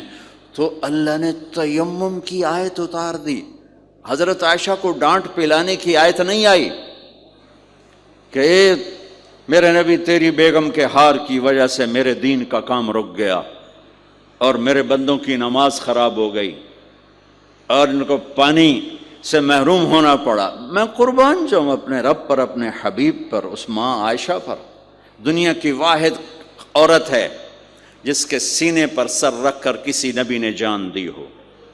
1,24,000 نبیوں میں سے کوئی نہیں ہے جس کا سر بیگم کے سینے اور ٹھوڑی کے درمیان ہو اور اس کی جان اللہ نے نکالی ہو۔ واحد میرے آپ کے مات فی سحری و نحری، سحری و نحری، سحری و، کہ میرے چونکہ آپ ایسے بیٹھے تھی اور حبیب پاک آپ کے سینے پر یوں دراز تھے، نیم دراز اس طرح، اور آپ کا سر مبارک ٹھوڑی کے ساتھ لگ رہا تھا، ٹھوڑی کے ساتھ یہ جگہ یہاں لگ رہی تھی اور باقی یہاں تھی، آپ اس طرح۔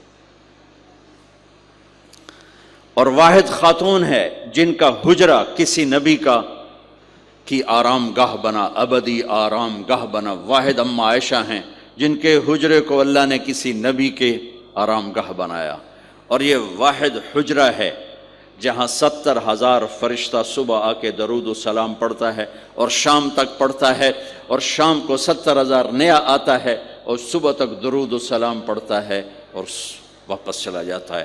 کائنات، اللہ جب مسلمان دنیا سے مٹ جائیں گے، مسجد نبوی مٹ جائے گی، بیت اللہ مٹ جائے گا، مدینے کی ایک اینٹ باقی نہیں بچے گی، مکہ کتنے بڑی بڑی بلڈنگیں، ایک اینٹ باقی نہیں بچے گی، اور وہاں سے گزرتے ہوئے لوگ کہیں گے لگتا ہے ایتھے کدی آبادی ہوئے گی، ایتھے لگتا ہے کدی آبادی ہوئے گی۔ یہ زبانوں پہ ہوگا۔ جب سارے نشان مٹ جائیں گے اس وقت بھی 70,000 فرشتہ آ کے درود و سلام صبح سے شام تک پڑھے گا اور شام سے صبح تک پڑھے گا۔ یہ واحد میں خاتون ہیں عائشہ بنت ابی بکر، جن کو اللہ نے یہ عزت بخشی، اور یہ واحد خاتون ہیں جب ان کے اوپر تہمت لگی، حضرت یوسف علیہ السلام پہ تہمت لگی تو بچے نے گواہی دی، حضرت مریم پہ تہمت لگی، بیٹے نے گواہی دی، اور اما عائشہ پہ تہمت لگی تو اللہ نے گواہی دی کہ میں گواہ ہوں، اللہ گواہ بن کے آئے ہیں۔ تو اللہ نے کہا تیمم کرو بھائی، سارے خوش ہو گئے، سارے خوش ہو گئے۔ تو حضرت عائشہ نے کہا یا رسول اللہ اب میرا ہار چھوڑ دیں، اب چلیں۔ تب آپ نے کہا چلو بھائی کوچ کرو۔ اس سے زیادہ کوئی دلداری کا واقعہ پیش کر سکتا ہے؟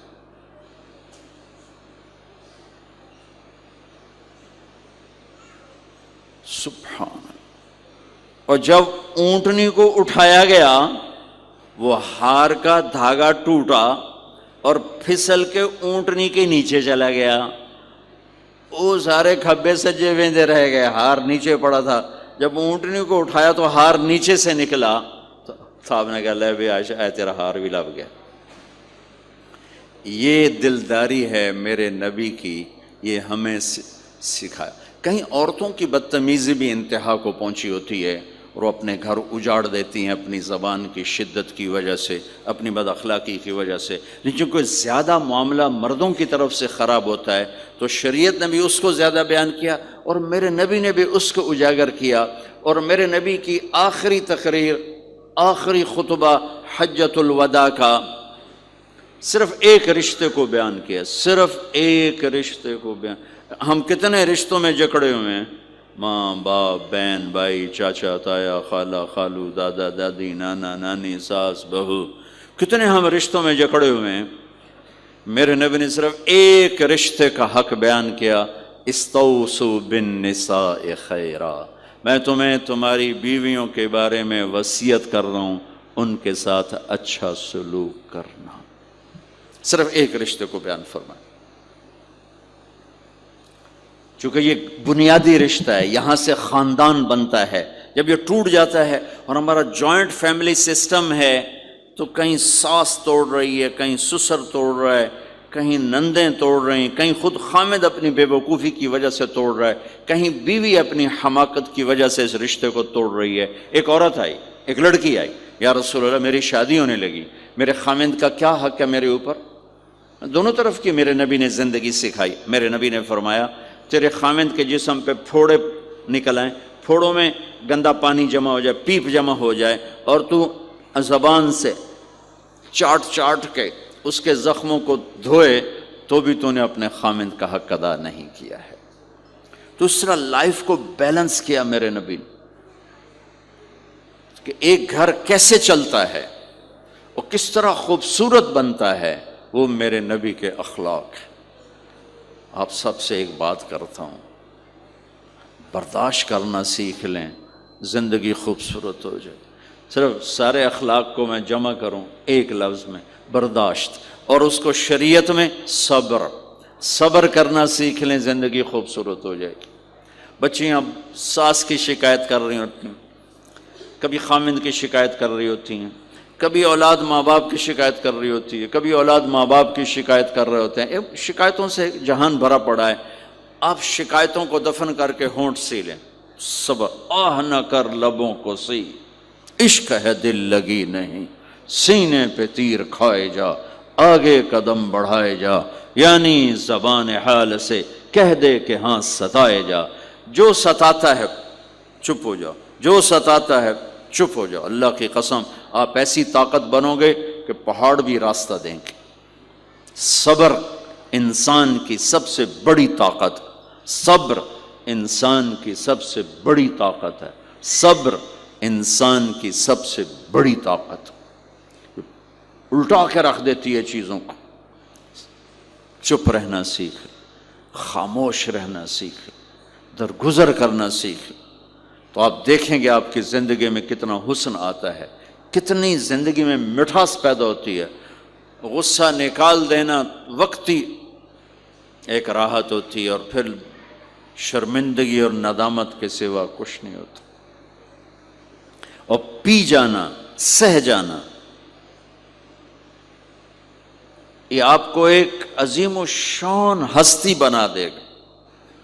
آپ کی دعائیں عرش سے جا ٹکرائیں گی۔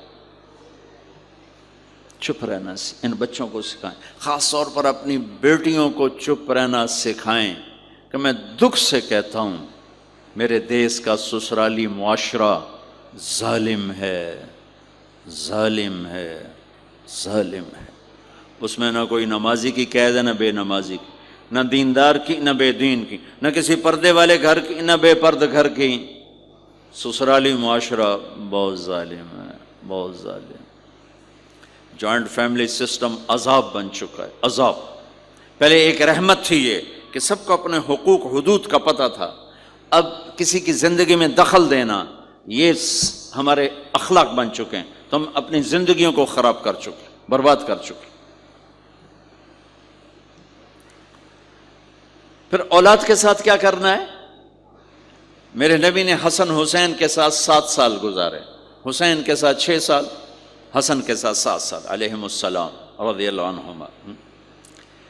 7 سال میں بچہ سمجھدار ہوتا ہے، ایک نصیحت نہیں کی، ایک نصیحت، 7 سال ایک نصیحت نہیں پائیں گے آپ۔ اتنے بڑے نبی، اتنا بڑا انسانیت کا بوجھ، اور روزانہ ٹائم نکال کے بچوں کے پاس آ کر بیٹھتے تھے، ان کے ساتھ کھیلتے تھے، کشتی کرتے تھے، اور بھائیوں کو لائن میں کھڑا کر دیتے تھے۔ تو حضرت جعفر جوانی میں شہید ہو گئے، ان کے بچوں کو، عون، عبداللہ، محمد، ان کے 3 بیٹے تھے، ان کو بھی بلا لیتے اور ایسے ان کو لائن میں کھڑا کر کے پھر ایسے بائیں پھیل، ہاں بھائی آؤ بھائی مجھے پکڑو، کون ہے جو مجھے پہلے ہاتھ لگائے گا، کون ہے جو مجھے پہلے ہاتھ لگائے گا۔ وہ دوڑ لگاتے، پانچوں کا پانچوں، کوئی سر پہ چڑھتا، کوئی کمر پہ چڑھتا، کوئی گود میں گرتا، اور میرے نبی بیٹھ کے مسکراتے۔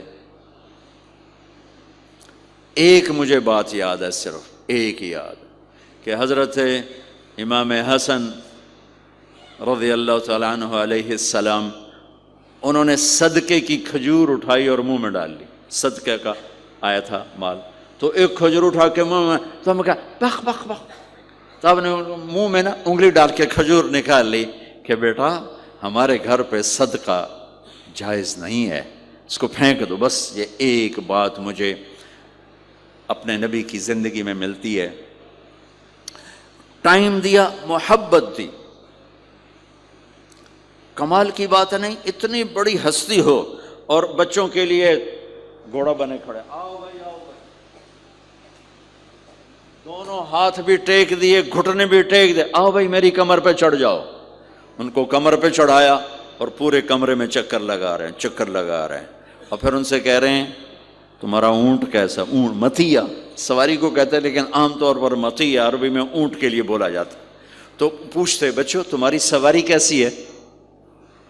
پھر دونوں بھائیوں کو اتار دیتے اور نواسی حضرت زینب ان کو اٹھاتے اور اپنی کمر پہ بٹھا کر کمرے میں چکر لگا رہے ہیں، چکر لگا رہے ہیں، چکر لگا رہے ہیں۔ یہ مائیں روز ٹھوکی گلو دے، ایدو تھپڑ، ایدو تھپڑ، ایدو تھپڑ، ایدو تھپڑ۔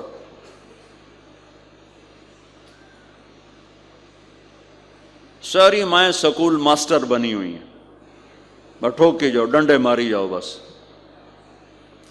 ایسی بے وقوف ہیں کہ جتنی محنت یہ کھانے پر کرتے، اپنے کپڑے کو سجانے پر کرتے، اس کا 100واں حصہ بچوں پہ کریں، ان کے بچے جنید بغدادی بن جائیں۔ ایک سکول کے حوالے کیا 3 سال کی عمر، پھر ٹیوٹر کے آتے، ٹیوٹر کے حوالے، اکیڈمیوں کے حوالے، وہ پتر ان کے روبوٹ ان کدی یہیں بھجے جاندے، کدی یہیں بھجے جاندے، کدی یہیں بھجے جاندے۔ اے آیا کہ بی آیا؟ اے بی سانو آ برباد کیتا ہے۔ آہا، اور سنو، چلو یہ تو گھر کی بات ہے نا۔ ایک دفعہ حسن حسین کی کشتی کرواتے تھے، آؤ بھائی کشتی کرو بھائی۔ ایک دن کا واقعہ نہیں، یہ آئے دن کا واقعہ ہے، لیکن ایک واقعہ کہ حسن حسین کی کشتی ہو رہی۔ حسین چھوٹے تھے، حسن بڑے تھے، تو حسن دبا رہے ہوں گے حسین کو، تو آپ حضرت حسین کو شاباش شاباش حسین، ای ہے حسین، ای حسین، یعنی حسین زور لا، حسین زور لا، شاباش شاباش۔ اماں بول پڑی فاطمہ جنت کی سردار، یا رسول اللہ آپ ساری شاباش حسین کو دیے جا رہے ہیں، حسن کو نہیں دے رہے۔ آپ نے کہا فاطمہ یہ جبریل میرے پاس کھڑا ہوا ہے، یہ بھی حسین کو شاباش دے رہا ہے، تو اس کے پیچھے میں بھی حسین کو شاباش دے رہا۔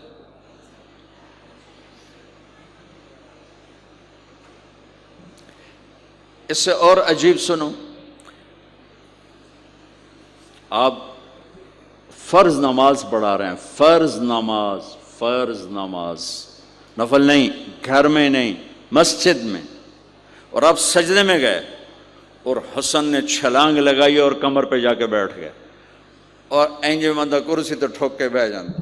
میرے نبی نے سجدہ لمبا کر دیا، اتنا لمبا کیا کہ ان سجدے میں پڑے لوگ سوچنے لگے کہ کہیں اللہ کا نبی فوت تو نہیں ہو گیا۔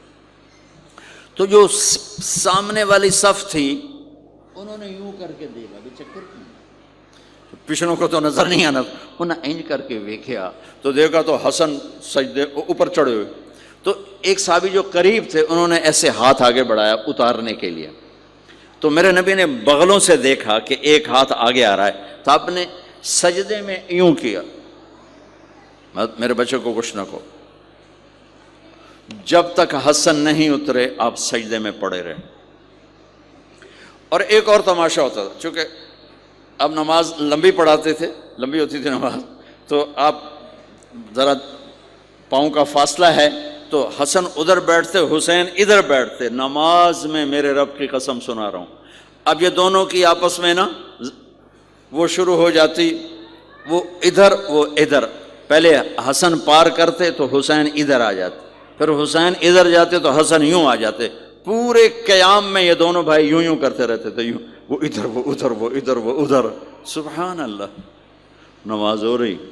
اس سے عجیب سنو، آپ نے اپنی بیٹی حضرت زینب، آپ کی بڑی بیٹی زینب، ان کی بیٹی امامہ کو ظہر یا عصر کی نماز پڑھا رہے ہیں، کہاں بٹھایا ہوا ہے؟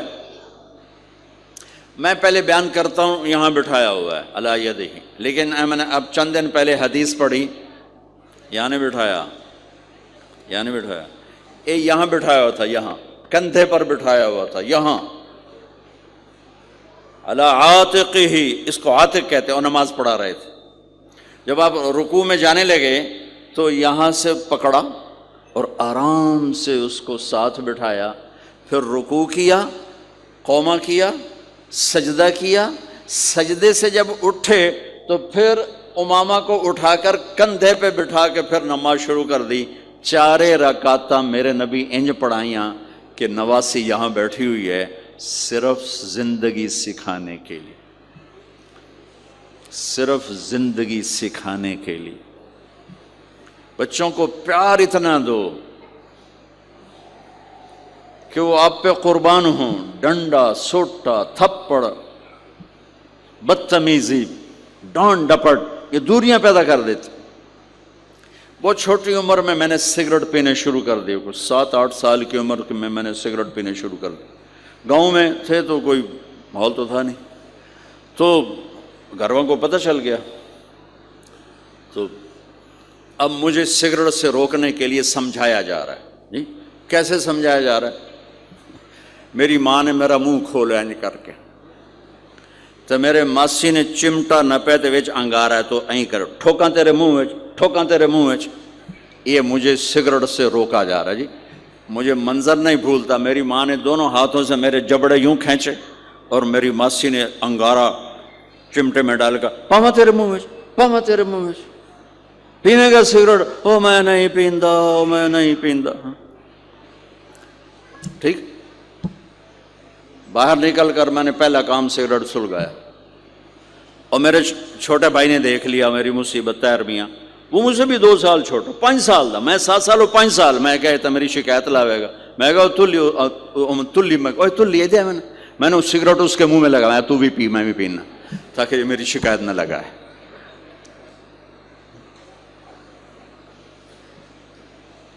تو آج کے ماں باپ بڑے جاہل ہیں, ہم بڑے ایجوکیٹڈ ہیں, میں کہتا ہوں انتہائی جاہل ہیں, جنہیں بچے کو لے کے چلنا نہیں آتا, جنہیں رشتوں کی قدر نہیں. انہوں نے خاک پڑھا ہے, کاغذ کی ڈگریوں کو علم بنا کے پھرتے ہیں, جس سے میرے نبی کی زندگی کا پتہ نہیں. اللہ کی قسم جانور سے بدتر ہے, جاہل ترین ہے جسے اپنے آقا کی زندگی کی خبر نہیں. حضرت حسن آپ کے پیٹ پر بیٹھے ہوئے, آپ ان کے ساتھ کھیل رہے ہیں, اچانک حسن نے پیشاب شروع کر دیا.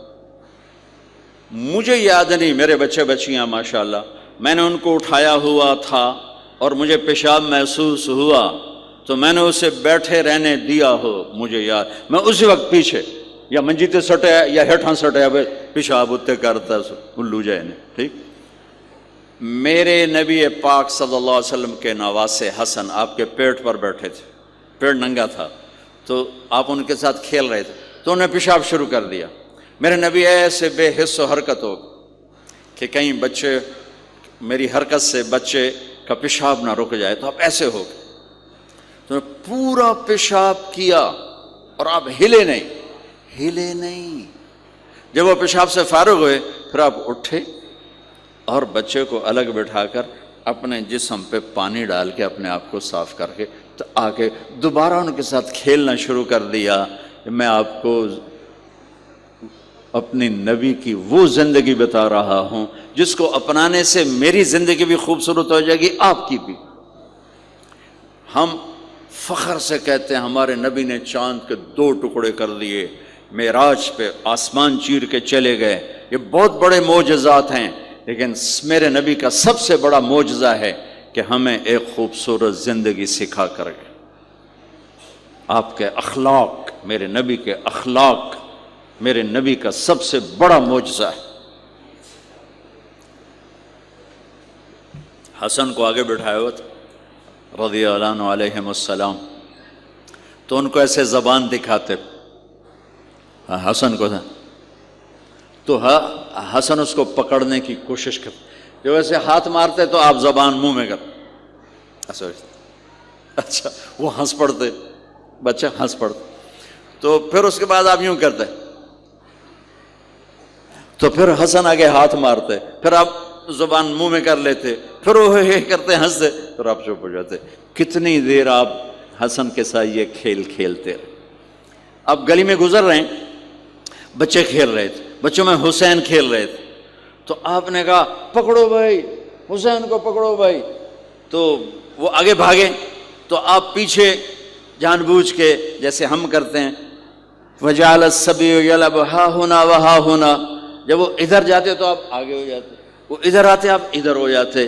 پوری گلی یہ تماشا دیکھ رہی ہے اور حسن حسین کبھی آگے بھاگ رہے کبھی پیچھے بھاگ رہے, اور آپ جان بوجھ کے اس کو پکڑ نہیں رہے. ہاں پکڑو بھائی, پکڑو بھائی, پکڑو بھائی, اور وہ بڑے ہنس رہے ہیں کہ آج میرا نانا تو میں نے نپ ہی نہیں سکتا.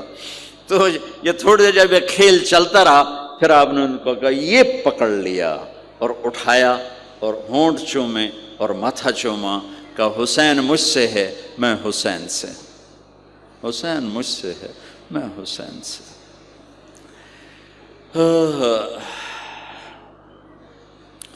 میرے بھائی بہنوں عزیزو، اسلام ہی تو خوبصورت زندگی سکھاتا ہے، وہی ہم نے بھلا دیا۔ کپڑے کیسے ہوں، ٹائی کیسی ہو، کوٹ کیسا ہو، گاڑی کیسی ہو، کھانا کیسا ہو، لباس کیسا ہو، سواری کیسی ہو، گھر کیسا ہو، ڈرائنگ روم کیسا ہو، میچنگ کیسے ہو، بھلا اس کو زندگی تھوڑا ہی کہتے۔ تو آپ سب سے کہتا ہوں کہ اپنے نبی کی زندگی اور سیرت کو پڑھیں، اس کو سیکھیں۔ یہ تبلیغ کا کام ایک عملی محنت ہے، سیکھنے۔ ان بچوں پر محنت کر رہے ہیں کہ اللہ کرے یہ پروان چڑھا تو ان کے اندر اللہ اس کے رسول کا پیار ہو، تو پھر یہ خود ہی چلنا شروع کریں گے۔ یہ میں نے سیرت کی چند جھلکیاں، چونکہ آپ پوری فیملیز بیٹھی ہوئی ہیں، اور فیملیز کے رشتوں میں ماں کا رشتہ، باپ کا رشتہ، بیوی کا رشتہ، خاوند کا رشتہ، اولاد کا رشتہ، یہ چند بڑے رشتے ہیں، اسی کو میں نے آپ کے سامنے پیش کر دیا ہے کہ اس کو سیکھنا پڑتا ہے، اس کے لیے اپنے ذات سے لڑنا پڑتا ہے، تب جا کر زندگی میں حسن اور کمال پیدا ہوتا ہے۔ میری بات یاد رکھیے گا، کبھی زندگی کو خوبصورتی چیزوں سے نہیں ملتی، زندگی کی خوبصورتی میرے نبی والے پیارے اخلاق کے ساتھ۔ جس کو یہ مل گئے اس کے گھر میں 14ویں کا چاند ہر وقت چمکے گا، اور نصف النہار کا سورج ہر وقت چمکے گا۔ جس کے اخلاق بگڑ گئے ان کی دن بھی رات بن جائیں گے اور رات بھی رات بن جائے گی۔ اللہ اس نسل کو آپ کی آنکھوں اور ہماری آنکھوں کی ٹھنڈک بنائے، اور ایسے ہماری اس محنت کو قبول فرمائے۔ ہم نے آن لائن بھی شروع کیا ہے تاکہ دور کے جو بچے ہیں وہ اس سے استفادہ کر سکیں، اس سے فائدہ اٹھا سکیں۔ اور اس کی ہم ایسے شاخیں نہیں بنا سکتے کہ ہم اسے کوئی کاروبار نہیں کر رہے ہیں کہ وہ شاخیں بنا دیں اور پھر اپنا پیسہ بنائیں۔ ہم ایک چیز یہاں تیار کر رہے ہیں، ہم چاہتے ہیں وہی آگے جائے، اسی کو آگے پہنچایا جائے، تو اس لیے پھر آن لائن شروع کر دیا تاکہ پوری دنیا کے بچے بغیر جڑنا چاہیں تو جڑ سکیں۔ اللہ تعالیٰ آپ کا آنا قبول فرمائے اور ہماری اس محنت کو قبول